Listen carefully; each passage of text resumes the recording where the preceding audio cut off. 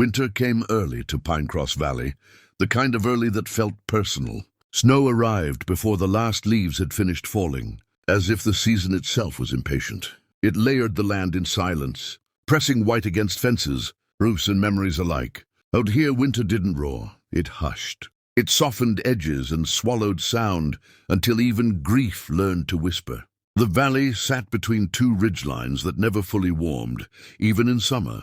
In winter, they loomed like guardians who had long stopped protecting anyone. Pinecross wasn't a town people passed through by accident. You came here because you meant to disappear, or because you had nowhere else to go. The train stopped once a week, twice if weather allowed, and when it did, it sighed like an old animal relieved to rest. On this particular morning, it left behind only one passenger. His name was Rowan Hale. Rowan stepped down onto the platform with a single worn leather bag and a coat that looked borrowed from a better life. Snow dusted his boots immediately, clinging like it recognized him. He paused, not because he needed to, but because something inside him resisted moving forward. Pinecross smelled of pine sap, iron rails, and cold so sharp it felt clean. The station master, a thin man with frostbitten ears and a permanently confused expression, glanced up from his clipboard. "You staying?" he asked, voice flat, not unkind. Rowan nodded. "For the winter?" The man raised an eyebrow, not surprised. Exactly, but curious in the way people are when they sense a story, and know better than to ask for it. "That's a long stay." Rowan didn't answer. He had learned that silence was often the safest truth. The station master shrugged and returned to his paperwork as the train pulled away, leaving behind a soundless absence that felt heavier than noise. Rowan stood alone, watching the tracks disappear into falling snow, until the last hint of movement vanished. Only then did he turn toward the town. Pinecross Valley was small, smaller than memory made it seem. A general store with fogged windows, a church that leaned slightly east, like it was tired of standing straight. 3 rows of homes huddled close together for warmth, and beyond them open land stretching into white uncertainty. Smoke rose from a few chimneys, thin and hesitant. Rowan walked slowly, boots crunching against frozen ground. Each step felt like crossing into something unfinished. People noticed him, not openly but enough. Pinecross residents were experts at looking without appearing to look. Outsiders arrived rarely, and when they did, they usually left before the first hard snowfall. He stopped in front of the general store. The sign above the door creaked. Painted letters barely holding together, Morrow and Sons, supplies, feed post. There were no Sons anymore. Everyone knew that, but the sign stayed. Pinecross liked pretending things hadn't changed. Inside, warmth hit him first, then the smell of wood, dried herbs, and coffee that had been reheated too many times. Shelves lined the walls, stocked with necessity rather than choice. Behind the counter stood Alma Reed, her grey-streaked hair pulled into a loose braid, eyes sharp as winter glass. She looked up once, assessed him completely, and said, "You're not from here." Rowan managed a small smile. "Is it that obvious?" She nodded toward his coat. "You still expect it to protect you?" That landed deeper than he expected. He shrugged out of the coat anyway, folding it over his arm. "I'm looking for work." Alma studied him a moment longer. "Winter's a bad time to start over." "I hear that a lot."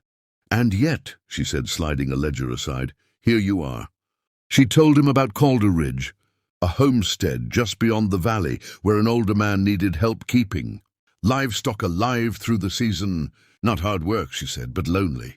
Rowan nodded at that, like loneliness was a language he already spoke fluently. By the time he stepped back outside, snow was falling heavier, thick flakes blurring the edges of the world. He followed Alma's directions past the last clustered homes, toward a fence line nearly buried in white. The land here didn't welcome newcomers. It tolerated them. Calder Ridge sat against the slope of the mountain, half swallowed by winter. The house was sturdy but plain, smoke curling steadily from its chimney. Rowan hesitated only once before knocking. The door opened slowly. The man who stood there was tall, broad-shouldered despite his age, with a beard more silver than brown and eyes that looked like they'd seen enough to stop asking questions. Silas Calder didn't smile, didn't frown. He simply looked at Rowan and said, "You'll freeze standing there." Rowan stepped inside. The warmth was immediate, the kind that soaked into bones rather than skin. The house smelled of stew, wood smoke, and something old but not unpleasant, like history that had learned to behave. Silas handed him a mug without asking what he wanted. "Alma sent you," Silas said. "Yes, sir." "Don't call me that." Silas took his seat again by the fire. "You planning to stay the whole winter?" Rowan stared into the mug, watching steam rise and vanish. "If you'll have me." Silas studied him the way one studies weather, patient. Knowing it couldn't be changed, finally he nodded. "You can have the spare room. Work starts before daylight. Snow doesn't care if you're tired." That night Rowan lay awake, listening to the wind wrap itself around the house. Snow tapped gently against the window, like it was asking permission to come inside. He didn't dream, not of where he came from, nor of what he'd lost. Days settled into a rhythm. Feed the animals, mend fences, chop wood until his hands ached and his breath came out in sharp white bursts. Silas spoke little, but when he did, it mattered. There were no lectures, no probing questions, just work and silence, and the steady presence of another human being who knew what it meant to endure. Sometimes Rowan caught Silas watching him, not suspiciously, but thoughtfully, like he was trying to decide whether Rowan belonged to the land or was just passing through it. Rowan wondered the same thing about himself. One evening, as snow fell heavier than usual, Silas finally spoke of something other than chores. "People come here thinking winter will erase things," he said, staring into the fire. "It doesn't." Rowan swallowed. "What does it do, then?" Silas glanced at him. "It keeps them, preserves them, like ice." The words stayed with Rowan long after the fire burned low. Outside, Pinecross Valley disappeared beneath snowfall. Fences vanishing, paths erased. But beneath the snow, everything remained, waiting. And Rowan, whether he knew it yet or not, was no exception. Winter deepened its hold on Pinecross, a valley the way a secret settles into a person, slowly, deliberately, until escape no longer feels possible. Snowbanks climbed higher along the fences, swallowing landmarks Rowan had begun to rely on. Paths he once followed by sight now had to be remembered by instinct. The world shrank to what could be reached on foot and trusted by habit. Rowan learned quickly that winter was not dramatic here. There were no sudden storms that announced themselves with thunder or fury. Instead, snow fell often and without ceremony, layering itself patiently, as if confident it would win in the end. Silas rose before dawn every morning. Rowan followed suit, pulling himself from sleep while the sky was still dark and the cold sharp, enough to sting the inside of his lungs. They worked without speaking much, feeding animals, breaking ice in water troughs, checking the integrity of fences that groaned under the weight of snow. Silence between them wasn't awkward. It was practiced, respectful. Rowan liked that Silas didn't ask questions.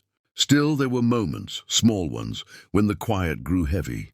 When Rowan caught himself staring too long at the empty stretch of land beyond the ridge, or when Silas paused mid-task, gaze fixed on something that no longer existed. One afternoon, while hauling firewood into the shed, Rowan's glove tore along the seam. Cold bit into his skin immediately. He barely reacted, continuing his work until Silas noticed the dark red line spreading across the snow-dusted wood. "You'll lose feeling like that," Silas said, not unkindly. Rowan shrugged. "I've had worse." Silas handed him a spare pair of gloves without ceremony.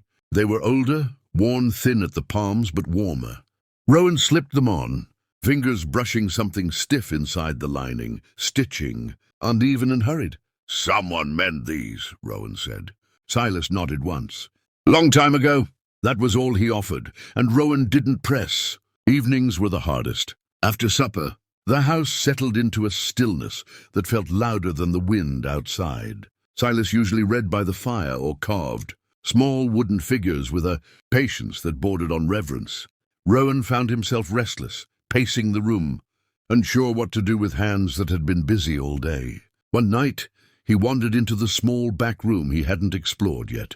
It wasn't locked, nothing in the house was, but it felt private in a way that made him hesitate. Inside, the room held a narrow bed, a trunk at its foot. and shelves lined with objects that had clearly been arranged by someone who cared. A child's room. Rowan froze. The bedspread was folded neatly, untouched by time, yet thick with it. On the shelf sat a wooden horse, its legs smoothed down from years of handling. A faded drawing was tacked to the wall, a crude sketch of mountains, a house, and two stick figures holding hands. Silas stood in the doorway before Rowan realized he wasn't alone. "You don't have to apologize," Silas said quietly. "It's been empty a long while." Rowan turned slowly. "I didn't mean to." "I know." Silas stepped inside, gaze softening but not breaking. "My son," he said. "He liked the Winters. Said they made everything honest." Rowan swallowed. "What happened?" Silas's jaw tightened, not with anger but with restraint. "Life," he said simply. "And time." They stood there together, neither pushing the other away. Snow tapped lightly against the window, like punctuation. That night Rowan dreamed. Not of his childhood, not of his parents' voices or familiar places. He dreamed of a train pulling away while he stood still, unable to move, snow burying his feet inch by inch. He woke before dawn, breath shallow, heart racing in a way it hadn't since before Pinecross. Days later, Alma visited Calder Ridge, bringing supplies in a sled pulled by a stubborn mule. She stayed for tea, her sharp eyes missing nothing. "You're quieter than when you arrived," she told Rowan. Glancing between him and Silas, "That usually means something's working." Rowan smiled faintly. "Or breaking," she snorted. "Same thing sometimes." As she left, Alma paused at the door. "Storm's coming," she said. "Not loud, but long." The storm arrived that night. Snow fell without pause, hour after hour, blotting out the world beyond the windows. Wind howled low, persistent rather than violent. By morning, the fences were nearly invisible, the path to town erased entirely. They were snowed in. Silas took it in stride. "Happens every year," he said, checking the latch on the door. "Just not always with company." Time slowed. Chores were done indoors, mending tools, sorting grain, carving. Rowan found himself talking more, the silence no longer a shield, but a mirror. "I didn't plan to come here," Rowan admitted one evening, staring into the fire. "I just didn't plan to stay where I was." Silas nodded as if that made perfect sense. "Places have a way of telling us when we've outlived them." Rowan hesitated. Then finally, "I left someone behind." Silas didn't ask who. "Not dead," Rowan added quickly. "Now just done with me." The fire crackled. "I thought distance would make it hurt less," Rowan continued. "Turns out it just gives the pain more room." Silas glanced at him. Pain doesn't care about geography. Snow continued to fall outside, relentless and quiet. By the end of the week, Rowan realized something unsettling. He wasn't counting days anymore. He wasn't planning an exit. Pinecross Valley had stopped feeling like a hiding place and started feeling like a reckoning. And winter, unyielding, patient winter, wasn't trying to erase him at all. It was asking him to stay.